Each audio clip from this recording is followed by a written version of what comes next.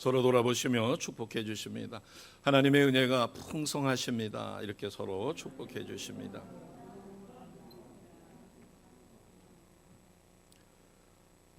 루이스 부시라는 학자는 선교 전문가입니다. 그가 4세에서부터 14세 다음 세대를 이루면 모든 미래는 끝이 난다라고 새로운 선교 신개념 선교지를 발표했습니다. 전 세계의 모든 믿음의 세대, 그 세대를 하나님 앞으로 돌이키지 못한다면 기독교는 희망이 없다라는 그런 뜻이죠. 서구의 기독교가 이미 그런 모습을 보이고 있고 지금 우리나라도 마찬가지입니다. 농촌뿐만 아니라 도시까지도 급격한 쇠퇴와 고령화 모습을 보이고 있죠. 시골 교회는 시골이라서 할아버지 할머니만 남았다고 생각하기 쉬운데 도시도 마찬가지입니다. 도시의 교회도 젊은이들이 없습니다. 거의 특별한 교회에 젊은이들이 있을 뿐. 그리고 교회가 점점 고령화가 되고 있지요. 우리가 성경을 읽다 보면 공통된 부분들을 발견합니다. 하나님이 붙들려서 하나님 앞에 붙들려서 위대하게 쓰임 받는 그 지도자가 하나님 품에 안기게 되면 그 사역을 할 동안은 엄청난 역사가 일어나고 온 백성이 하나님을 잘 믿습니다. 그런데 그 사람이 사라짐과 동시에 얼마 가지 않아 이스라엘 백성은 영락없이 하나님을 떠나고 몰락하는 모습을 봅니다. 그 원인을 찾아보면 하나님은 그 세대가 다음 세대까지도 계속해서 신앙을 그리고 받은 은혜, 믿음을 전수하고 그것이 지속되어 천대에 이르러 복받기를 원하십니다. 그런데 그 세대가 다음 세대에게 신앙을 물려줘야 되는데 신앙이 제대로 전수되지 못하니까 지금 세대와 다음 세대는 다음 세대가 아니라 아예 전혀 다른 세대가 되는 것이에요. 부모님은 열심히 믿습니다. 부모님은 열심히 믿고 부모님의 신앙은 너무나 뜨거워요. 그러나 자손들의 믿음은 형편무인지경입니다. 심지어는 아예 믿음이 없어요. 안 믿는 아이들만도 못한 모습을 볼 수가 있는 것입니다. 오죽하면은 모태신앙이 어머니 뱃속에 있다고 해서 모태신앙인데 나는 아무것도 못해, 이런 식의 이야기가 나올 지경입니다.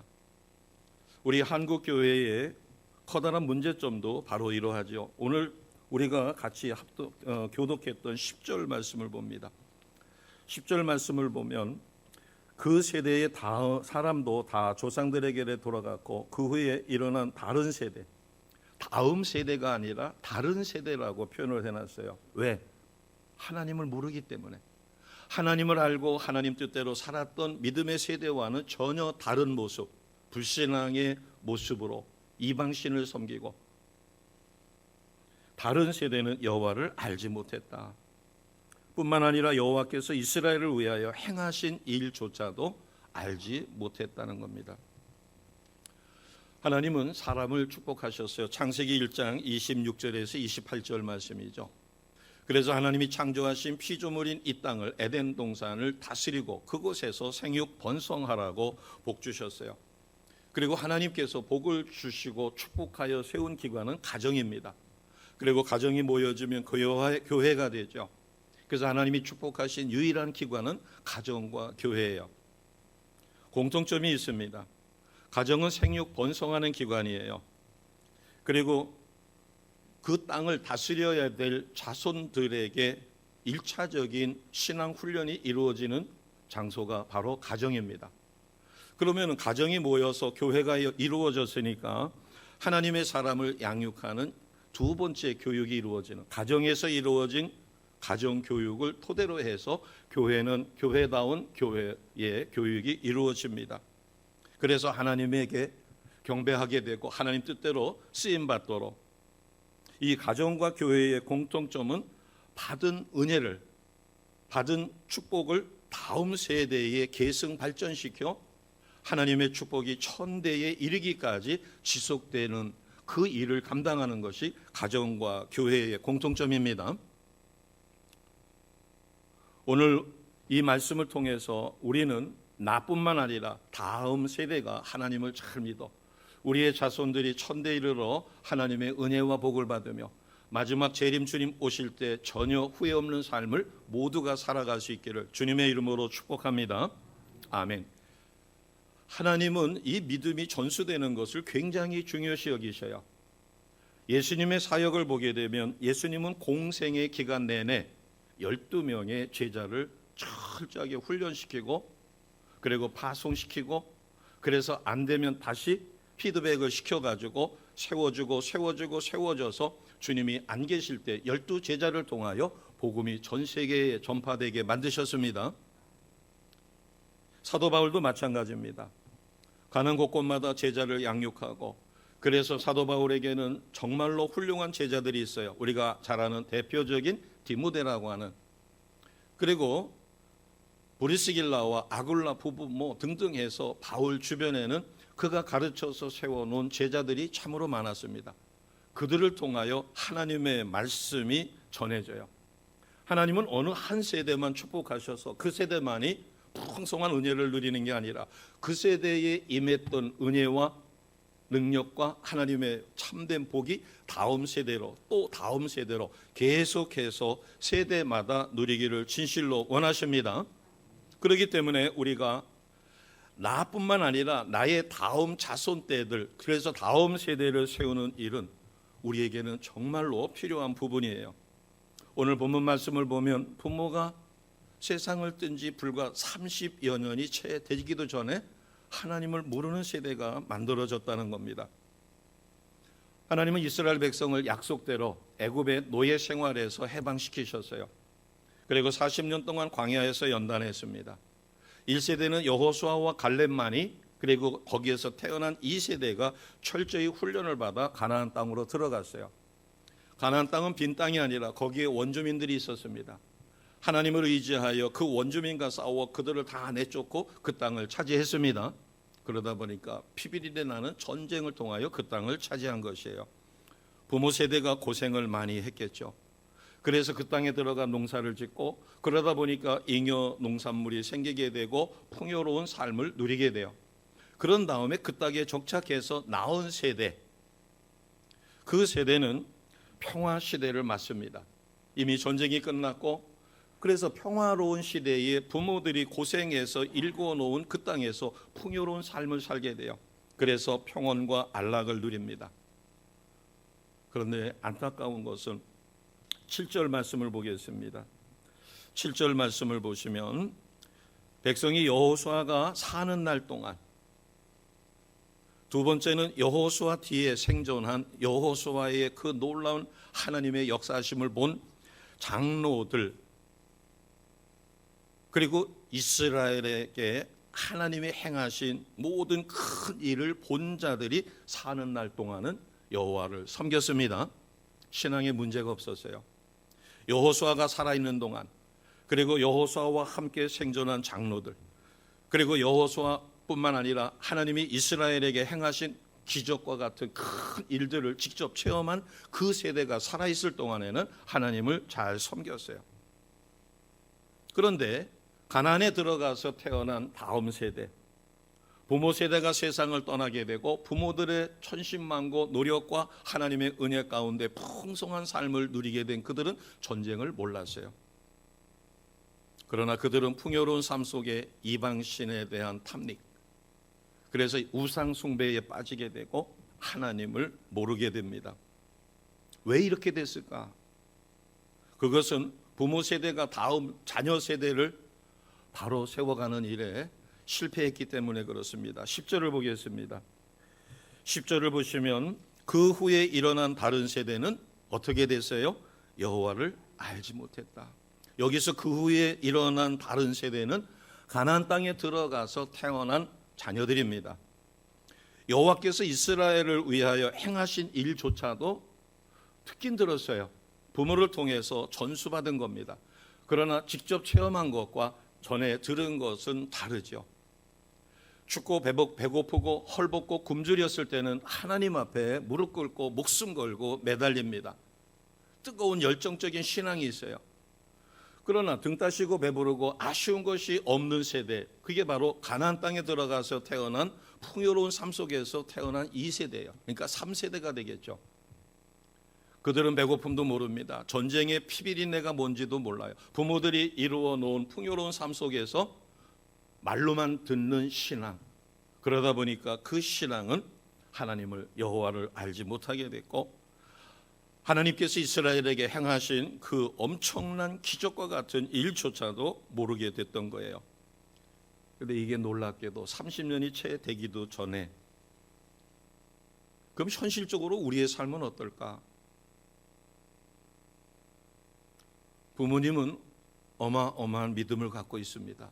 왜냐하면 체험이 있죠. 헐벗고 굶주리고 의지할 것이 없었을 때, 특히 이민교회 같은 경우가 그렇다고 합니다.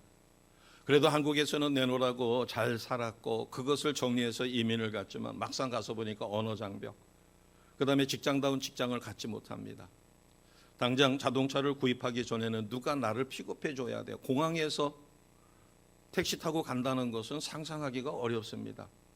뭐 1-2분 정도, 아니 1-20분 정도 가는 게 아니라 몇 시간씩 가야 되는 경우에, 그럴 때는 그래서 먼저 간 사람들이 연락을 하면 교회인들 중에서 그 시간에 그를 픽업해 줄 수 있는 사람, 그러다 보니까 자연히 안 믿었던 사람도 이민 가서 생활하다 보면은 외로워서도 만나는 사람들을 찾아가면 그게 교회예요. 그리고 어려운 일이 있었을 때, 내가 뭐가 필요로 할 때 도와줄 수 있는 유일한 곳이 교회입니다. 그러다 보니까 교회에 모여서 교제하게 되고 밥을 같이 먹게 되고, 그리고 내가 은혜를 얻었기 때문에 누군가가 어려움에 처해 있다, 누가 아직 차를 구입하지 못했는데 급히 어디를 가야 되는데, 그러면 자기 시간을 내서 그 사람을 픽업해 주는 거예요. 이런 일이 이루어지니까 교회 안에서, 그러나 그런 열정적인 믿음과 의지할 것이 없어서 오직 하나님만을 의지하고 교회 공동체 속에서 필요를 찾았던 부모 세대가 이제 정착을 합니다. 물질적으로도 풍요로워요. 어려운 일이 거의 없어요. 그 다음 거기에서 태어난 아이들은 부모의 그 피비린내 나고 눈물로 무릎으로 그렇게 해서 읽어놓은 그 과정을 듣기만 했지 체험을 못했어요. 모든 것이 다 풍요롭습니다. 그러다 보니까 언어도 잊어버리고 부모의 신앙도 잊어버리게 되는 것이에요. 하나님은 생수의 근원이라고 우리가 표현합니다. 예수님은 세상의 빛으로 이 땅에 오셨고요. 그런데 사람들은 목이 마르면 생수의 근원 되시는 하나님을 통하여 영원히 목마르지 않을 그 은혜를 누리는 것이 아니라 자기가 자수성가해서 무엇인가 해보려고 하는 거예요. 신앙을 떠나서 자신의 삶 속에서 만족과 안정을 얻기 위해서 스스로 웅덩이를 팝니다. 그런데 그 웅덩이에 물을 채워도 그 웅덩이는 터진 웅덩이에요.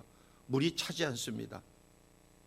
계속 물을 부어도 물이 차지 않는, 그러다 보니까 궁핍한 삶이요 항상 목마른 삶을 살 수밖에 없어요.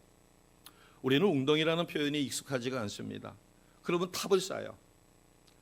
성공하기 위해서 이런 탑도 쌓고 저런 탑도 쌓습니다. 그러나 어느 순간 그 쌓아놓은 탑이 와르르 무너져요.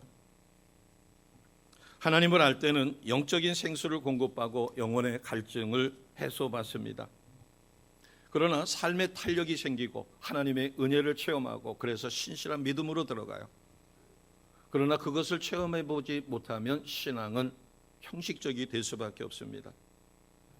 자, 1절 말씀을 보겠습니다. 우리는 앞선 부모 세대요 기성세대이기 때문에 다음 세대를 위한 우리의 노력이 필요한데 그것이 어떤 것으로 필요할까? 자, 먼저 1절을 보시게 되면 2장 1절입니다. 자, 1절 같이 선포하겠습니다. 시작. 내가 너희를 애굽에서 올라오게 하여 내가 너희 조상들에게 맹세한 땅으로 들어가게 하였으며 또 내가 이르기를 내가 너희와 함께한 언약을 영원히 어기지 아니하리니. 아멘. 하나님께서는 약속대로 애굽에서 해방시켜 주셨어요. 그냥은 안 되니까 광야에서 훈련시켜서 가나안 땅을 정복하여 그 땅에서 풍요로운 삶을 살게 하셨습니다. 그리고 영원히 떠나지 않으신다는 그 약속을 이루어 주셨어요. 그러면서 하나님의 그 은혜가 계속 지속되기 위해서 너희는 반드시 이렇게 해야 된다라고 해서 그렇게 말씀해 주신 게 2절입니다. 자, 2절 같이 갑니다. 시작. 너희는 이 땅의 주민과 언약을 맺지 말며 그들의 제단을 헐라 하였거늘 너희가 내 목소리를 듣지 아니하였으니 어찌하여 그리하였느냐. 아멘. 크게 두 가지입니다. 첫째는 그 땅의 주민과 언약을 맺지 말라. 언약을 맺지 말라는 건 교류하지 말라는 거죠. 교제하지 말라는 것입니다. 왜냐하면 그들은 하나님을 모르는 세대예요. 우상을 숭배할 뿐만 아니라 먹는 버섯은 보기가 좀 볼품이 없어요. 그런데 못 먹는 독버섯은 너무 화려하고 너무 예쁩니다. 하나님을 섬기는 것은 어찌 보면 식용버섯 같아요. 그러나 이방 우상신을 섬기는 것은 독버섯 같아요. 겉보기엔 너무 아름답고 현혹합니다. 믿음의 형제와 믿음의 자녀들이 세상에 믿음이 없는 형제와 자매를 보면 얼마나 멋있고 얼마나 젠틀해요. 섹시하고. 그러나 속빈강정이죠. 에이, 나중에 전도하면 되겠지. 그 전도가 그렇게 쉽지 않습니다. 오늘 본문 말씀은 첫째가 그 땅의 주민과는 언약을 맺지 말라. 두 번째는 그들의 제단을 헐라. 그들의 제단을 헐라는 것은 그들이 숭배하는 우상 숭배에 빠지지 말라는 거예요. 이 세상의 우상은 뭐예요? 성공 제일주의예요. 직장을 갔는데 아무리 보수가 도와도 내가 주의를 성수할 수 없는 직장이라면 그 직장은 좋은 직장이 아닙니다. 아멘. 그런데 우리의 자녀들이 제1순위로 신앙생활을 온전히 할 수 있느냐 없느냐 이것을 보는 게 아니라 보수 조건이 좋으냐 뭐 등등 여러 가지를 보겠죠. 결혼의 1순위가 성격, 성품, 그 다음에 신앙적인 배경, 이것이 아니라 지금은 돈만 많으면 된다는, 그래서 나이 차이도 필요가 없다는 거예요.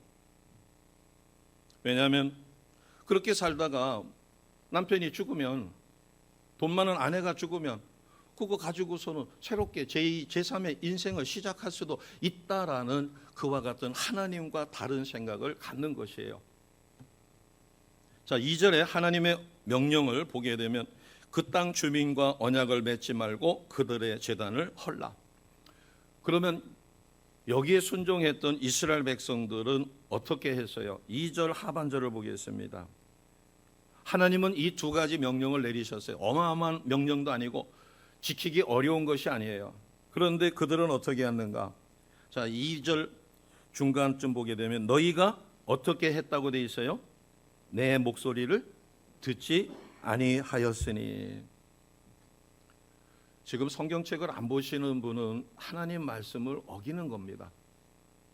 제가 왜 저기 2절 하반절에 있습니다 이렇게까지 해드리는가 하면, 호흡을 같이 하지 않으면 그냥 예배 참관이에요.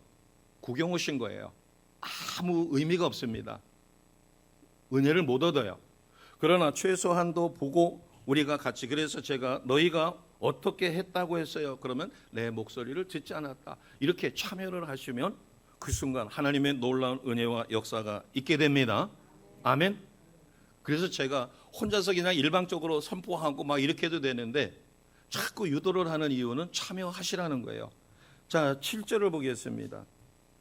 7절을 보시면 백성이 여호사가 사는 날, 그 다음에 여호사와 더불어 하나님의 은혜를 얻었던 생존한 장로들이 있는 동안, 그리고 하나님이 행하신 놀라운 기적을 보았던 사람들이 살았던 그때만 하나님을 섬겼어요. 자, 10절을 보겠습니다. 10절 같이 갑니다. 시작. 그 세대의 사람도 다 그 조상들에게로 돌아갔고 그 후에 일어난 다른 세대는 여호와를 알지 못하며 여호와께서 이스라엘을 위하여 행하신 일도 알지 못하였더라. 아멘. 안타까운 일이죠.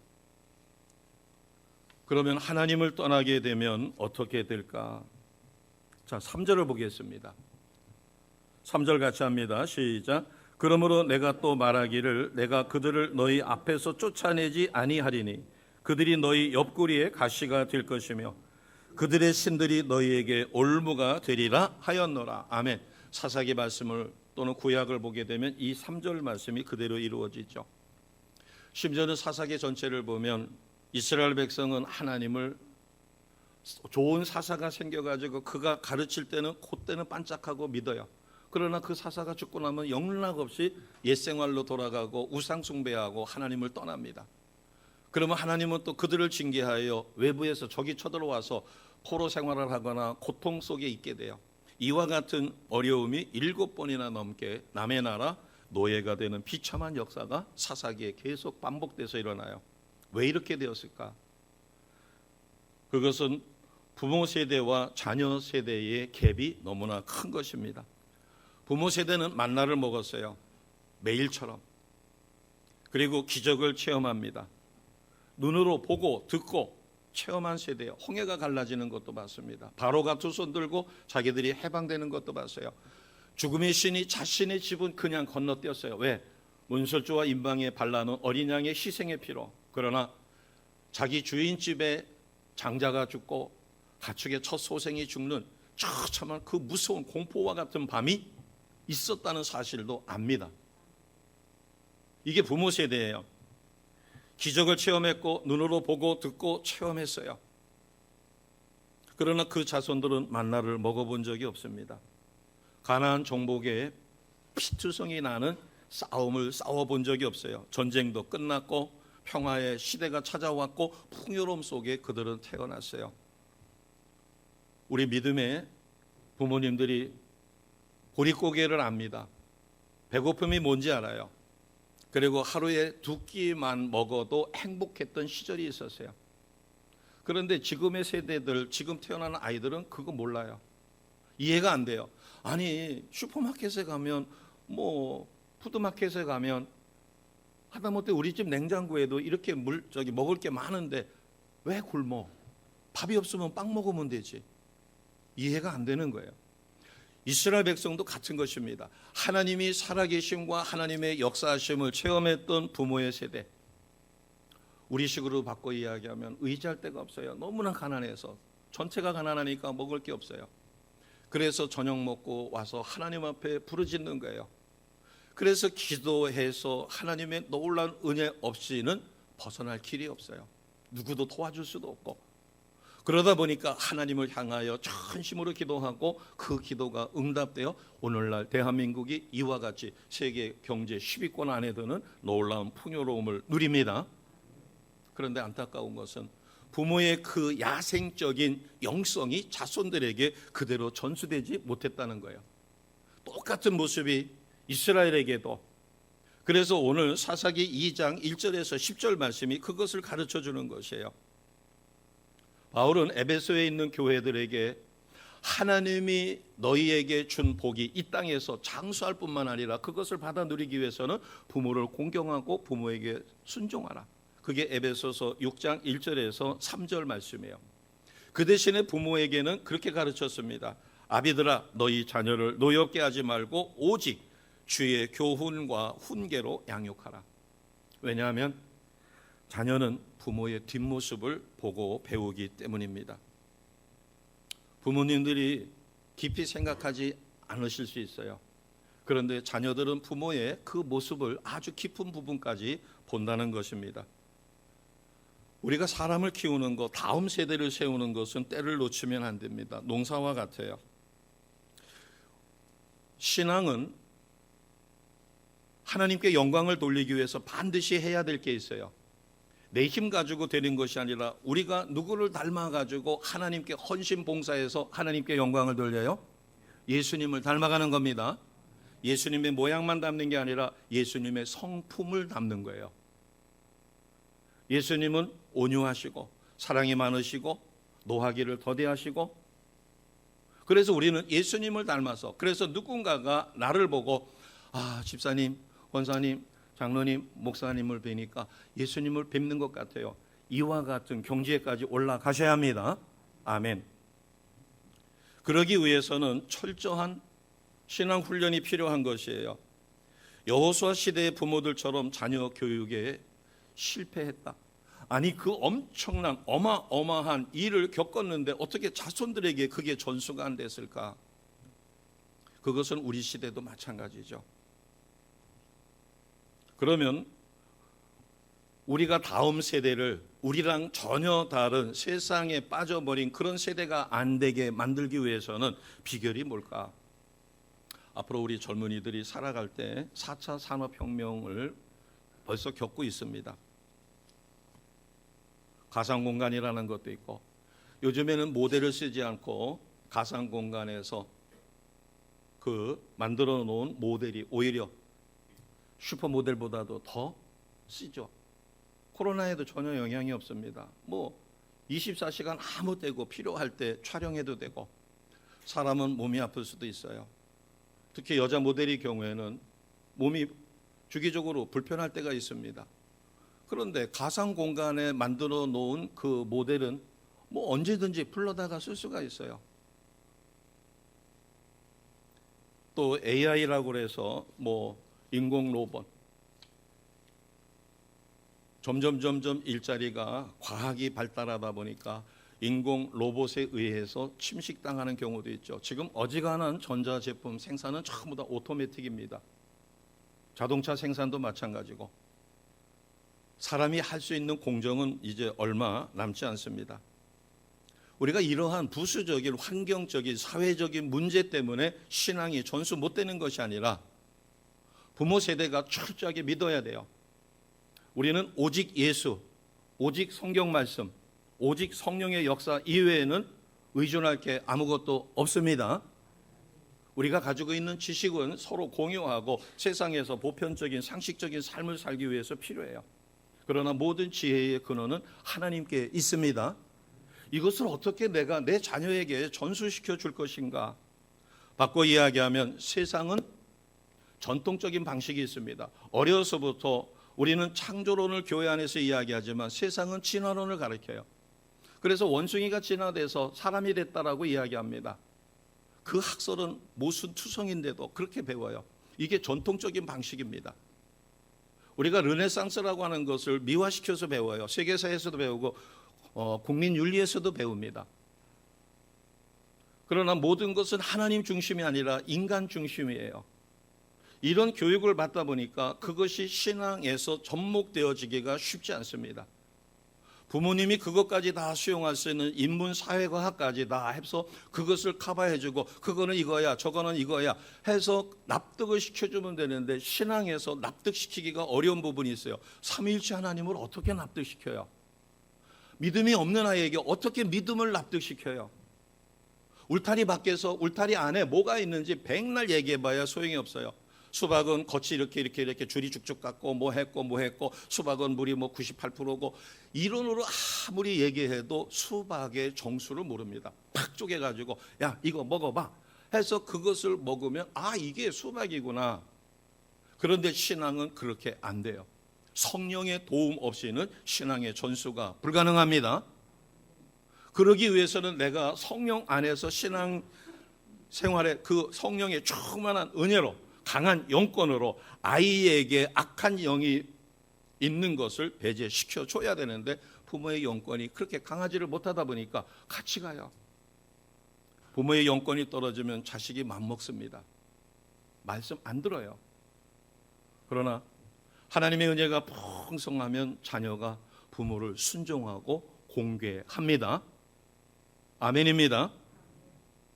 그래서 우리는 가장 중요한 게 뭔가 내 자녀에게 구원의 확신과 구원의 감격을 갖고 살도록 만들어줘야 돼요. 제일 중요한 첫 고리가 구원의 확신과 감격입니다. 바꿔 이야기하면 영원한 생명을 우리는 가졌습니다.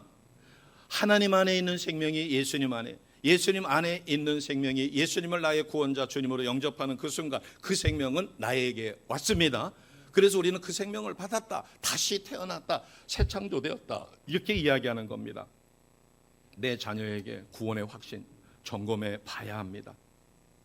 그리고 우리는 무엇으로 살 것인가? 말씀입니다. 이것을 영원한 진리라고 이야기해요.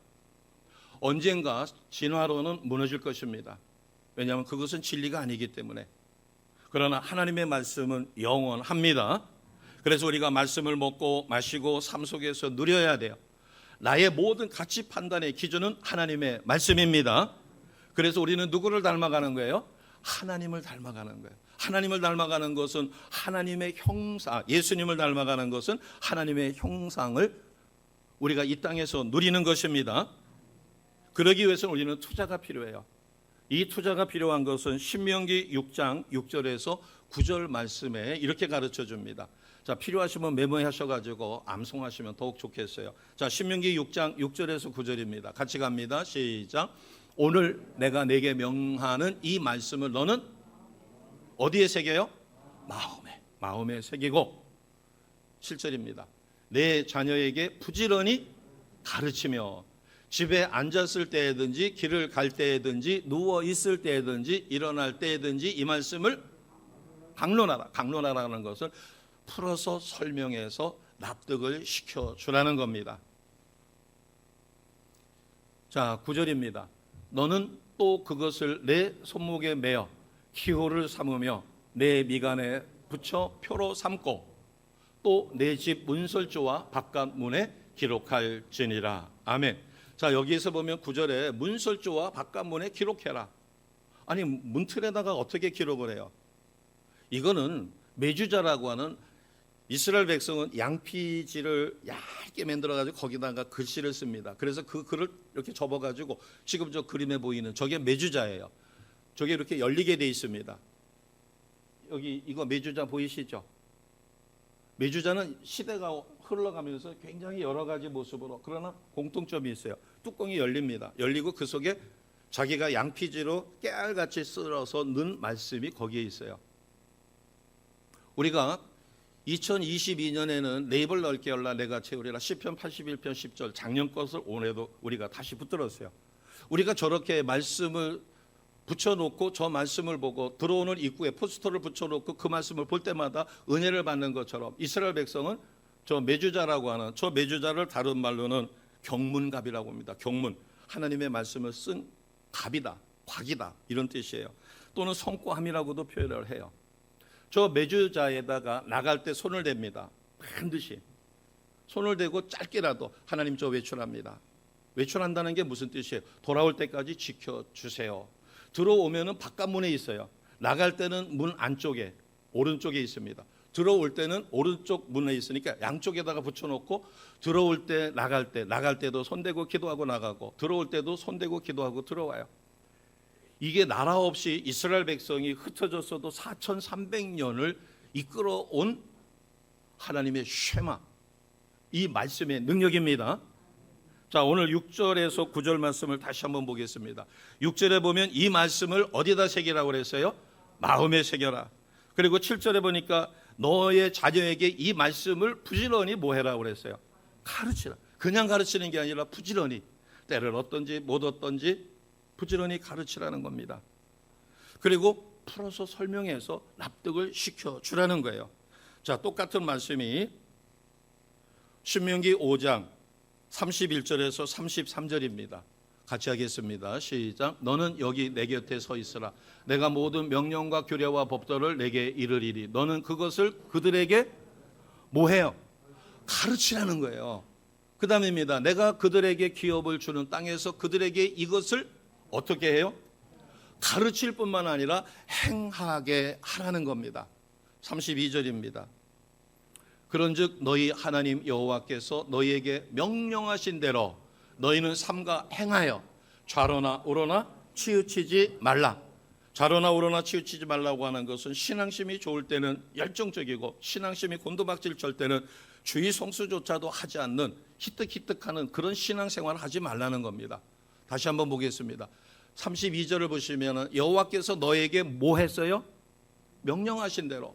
이 명령은 직접 명령받은 게 아니라 모세에게 명령했고 율법으로 전수가 일어났습니다. 삼가 행하여 좌로나 우로나 치우치지 말라. 33절입니다. 같이 합니다. 너희 하나님 여호와께서 너희에게 명령하신 모든 도를 행하라. 그리하면 너희가 살 것이요 복이 너희에게 있을 것이며 너희가 차지한 땅에서 너희 날이 길리라. 아멘. 마지막은 장수의 축복이에요. 메모해 놓으시고 이 말씀 붙들고 승리하시기를 바랍니다. 자, 조금 전에 보여드렸던 메주자를 다시 한번 보여주세요. 우리는 저 메주자를 나가는 문에다가 달아놓고 뭐 이스라엘 백성처럼 손에다 대고 그렇게 하실 필요는 없어요. 제가 메주자, 한국형 메주자, 위대한 한국형 메주자, 이게 뭐죠? 혹시 보이시나요? 우리 많이 봤죠? 이게 같이 해봅니다. 전교인 하나님 앞에서 이스라엘 백성은 메주자에다가 손을 대고 하나님 저 외출합니다. 돌아올 때까지 지켜주세요. 들어올 때는 거기다가 손을 대고 하나님 지켜주셔서 감사합니다. 제가 하나님과 혼자 있는 시간도 거룩함을 유지하게 하옵소서 하고 들어오겠죠. 우리는 이것을 표를 만들어 놨어요. 그래서 말씀 묵상하도록, 그리고 성경을 통독하도록, 그리고 뒤에는 매일 일주일 동안에 몇 번을 통독했고 하고, 이게 한국형 메주자예요. 이것을 성경책에다가 꽂아놓고 말씀을 보고 읽고 기도하고 그렇게 해서 스스로를 체크하는 거예요. 그래서 체크를 해가지고 만약에 5점 밑으로라면은 나는 중환자실에 지금 있구나, 큰일 났구나. 그 다음에 6점에서 10점 정도가 되면 보통이에요. 그러나 계산을 해봤더니 11점 이상이다. 지금 이거 제가 얘기하니까 이거 계산이 어떻게 되는 거예요? 저희 교회는 이거 벌써 10년이 넘었습니다. 나중에는 제가 조사를 해볼 것이에요. 어떻게? 이 말씀대로 이렇게 이스라엘 백성은 4,300년 동안 이 쉐마의 말씀을 붙들고 나라가 없는 흩어져서 집시처럼 그렇게 고난을 당해도 하나님의 말씀 중심의 삶은 흔들림이 없었습니다. 그렇기 때문에 오늘날 이스라엘로 회복이 가능한 거예요. 저희 교회는 골똘히 생각해서 어떻게 하면은 이것을 통하여 하나님 앞에 영광을 돌리며 자기를 돌아볼 수 있을까?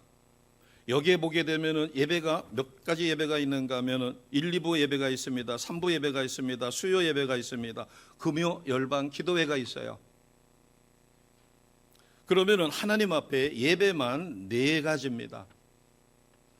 이 4가지 중에 나는 몇 가지를 지금 실행하고 있는가?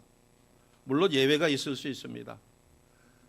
생업을 위해서 어쩔 수 없이 주일 성수도 힘든 경우가 있어요. 하나님은 똑같이 평가하지 않습니다. 내가 마음만 먹으면 새벽도 저녁으로도 달려올 수 있고 매일처럼 기도대회에 달려올 수도 있어요. 그러나 생업에 종사하다 보니까 어쩔 수 없어가지고 주일날만 나올 수밖에 없다면 하나님은 나름대로 그것을 인정하실 것입니다. 제가 늘 말씀을 드리는 것이 북한 포로 수용소에 있는 주의 백성들하고 우리하고 똑같은 평가를 받게 될 것이에요. 과연 누가 하나님 앞에 잘했다 칭찬받을까? 중국에서는 공안원들한테 예배 드렸다가 발각이 나면 두들겨 맞습니다. 죽을 만큼 두들겨 맞아요. 얘기를 들으니까는 가서 끌려가가지고 두들겨 맞으면, 옛날에 우리가 몽둥이에다가 막 얻어 맞으면은 뭐 똥물을 먹고 뭐 어떻게 하고 그런 것처럼 그들은 한 보름 동안 불신을 못할 정도로. 그런데도 불구하고 그 시간이 지나면은 또 비밀리에 모여가지고 예배드리고 그리고 신앙을 전수합니다. 쪽복음을 가지고. 그렇게 어려운 처지에서 신앙생활하는 그들과 우리는 백보자 심판대 앞에 똑같이 가서 서게 될 거예요. 하나님은 누구를 더 존귀히 여기실까? 대한민국은 지금 마음껏 찬양할 수 있습니다. 마음껏 예배드릴 수 있어요. 매일 달려와서 기도해도 벌금 안 됩니다. 끌려가지 않아요. 매 안 맞습니다.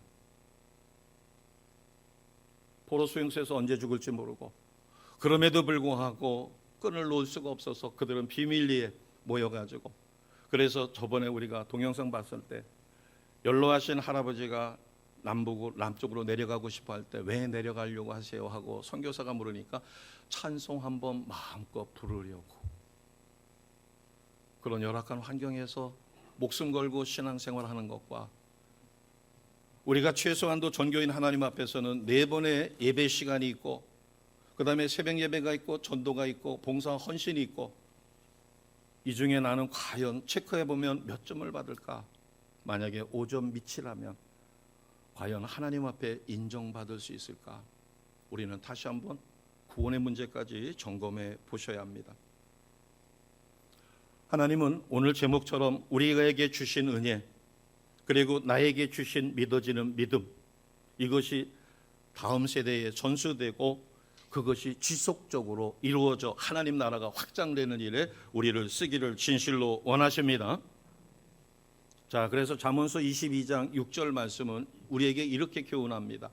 잠언서 22장 6절 같이 합니다. 시작. 마땅히 행할 길을 아이에게 가르치라. 그리하면 늙어도 그것을 떠나지 아니하리라. 부모가 삶의 현장에서 보여지는 모습은 그 아이가 늙어도 떠나지 않습니다. 제가 가끔 너무 자주 인용해서 죄송하지만 저희 어머니가 오실 때까지 제가 줄임배를 움켜잡고 같이 먹으려고 그랬어요. 왜냐하면 식구들은 다 먹었는데 어머니 혼자 와가지고 밥 먹는 게 너무 죄송해서 너무너무 배가 고팠는데 그날 수요일이었던 것 같습니다. 오시자마자 젖은 신발 장화 벗어놓고 마른 양말 신으시고 신발을 신은 다음에 성경 가방 끌어안고 막 뛰시더라고요. 엄마 밥 안 먹어요. 할 수 없이 저도 이제 뒤따라갔죠. 그날이 너무 생생하게 기억나는 거예요. 저는 예배 시간에 너무 배가 고파가지고 빨리 끝나기만을 바랬어요. 그런데 그게 평생 저에게는 어마어마한 도움이 됩니다. 밥을 못 먹어도 뭐는 드려야 돼요? 예배를 드려야 돼요. 그날이 수요일이었어요. 주일이 아닙니다. 화석공장에서 그 많은 곱돌을 갖다가 씻고 뭐하고 해서 그런 와중에 얼마나 피곤하겠어요. 얼마나 허기지겠어요. 회사에서 밥도 안 주는데. 그런데도 밥을 안 먹고 가방 신발만 바꿔 신고 젖은 양말만 벗어놓고 바꾼 다음에 교회까지 거리가 빨리 가면은 25분, 20분, 천천히 가면 30분이에요. 거기를 들고 뛰어서 갑니다. 저는 그때 저에게 주신 놀라운 것은 밥을 못 먹어도 예배는 드려야 된다라고 하는 것을 온몸으로 체험한 것이에요. 지금도 그때 배가 고파가지고 너무너무 힘들었던 것이 기억에 나요. 사무엘상 1장 28절에 보면 그 아이 사무엘이 여호와를 경배했다 이렇게 기록되어 있습니다. 6살도 안 된 아이가 하나님을 경배한 것이에요. 사무엘상 1장 24절을 보면 젖을 뗀 후에, 그럼 젖을 뗐으면 이제 조금 어느 정도 컸고 그 아이가 소대병 가리고 그 다음에 누군가가 잔손이 가지 않을 때까지 키워준 거예요. 그런 다음에 성전으로 보냈죠. 엘리 제사장에게. 그러다 보니까 철들기 시작하면서 자기 엄마 아빠, 특히 자기 엄마 한나가 하나님 앞에 기도하고 하나님을 경외하며 하나님 말씀대로 사라지는 것을 눈으로 봤어요. 저는 어떨 때는 부모가 원망스럽습니다. 왜 아버지는 친구 빚을 보증 서가지고 우리를 이렇게 고생을 시키고, 아니 빚을 갚으려면 차라리 빚을 갚지 11조, 그 어려운데도 11조 하고 절기마다 헌금하고 크리스마스가 되면은 빵이라든가 과자라든가 그것을 잔뜩 사가지고 교회에다가 갖다 주고, 그러면 하나님이 하늘에서 돈보따리 떨어뜨려 주시나? 그러나 세월이 지난 다음에 깨닫게 되죠. 사무엘은 그 어머니 한나가 기도하고 하나님을 경외하는 삶을 보고 배운 것입니다. 그래서 부모의 모습은 중요한 거예요. 예배를 열심히 와서 주일 성수하시고 집에 돌아가서 자손들에게 불같이 화를 내고 온 집안을 쑥대밭을 만들어 놓는다면 자녀들이 그 부모 보고 예수 믿을 수가 없죠. 교회에서는 위대한 사장님이에요. 직분자입니다. 그런데 회사에서는 우리 사장 때문에 예수 안 믿어. 우리 사장 보면 예수 없어. 다른 사람을 위해서는 구제도 하고 뭐도 하고 뭐도 한다는데 우리 월급뿐만 아니라 우리 복지시설 전혀 엉망이고, 그 다음에 저 사람 하는 걸 보면 하나님 없는 사람이야. 저 사람이 믿는 하나님 나는 절대 죽어도 안 믿어. 자신이 스스로 전도의 길을 막는 거죠. 사무엘은 어머니 한나의 신앙생활의 모습을 본 것입니다. 말씀에 순종하는 것, 그리고 하나님 제일 중심의 삶을 보고 배운 것이에요.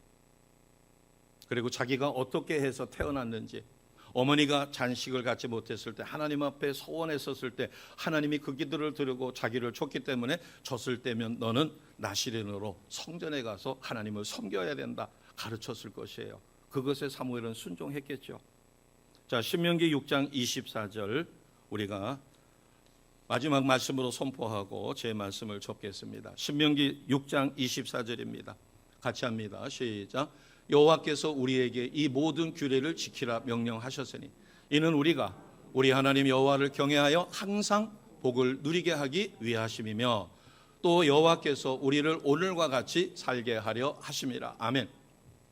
왜 모든 규례를 지키라고 했는가? 두 가지입니다. 하나님이 우리에게 주신 복을 우리가 계속 누리게, 그리고 오늘과 같이 살 수 있도록.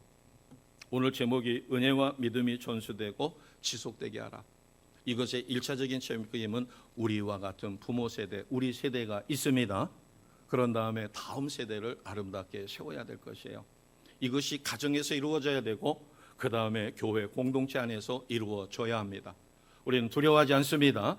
세상이 아무리 복잡해지고 어려워지고 환난이 많다 할지라도 살아계신 하나님, 역사하시는 하나님을 의지하여 말씀이 전수될 때 우리의 체험이 그대로 성령의 도우심으로 다음 세대에 전수될 때 우리는 하나님의 경륜에 따라 하나님 기뻐하시는 일에 온전히 쓰임 받습니다. 그래서 우리는 기도라고 하는 가장 강력한 무기가 있고 절대 흔들리지 않은 영원한 진리 하나님의 말씀이 있으며 우리에게는 가장 든든한 성령 하나님이 지금 우리와 함께 하십니다. 아멘. 기도드리겠습니다.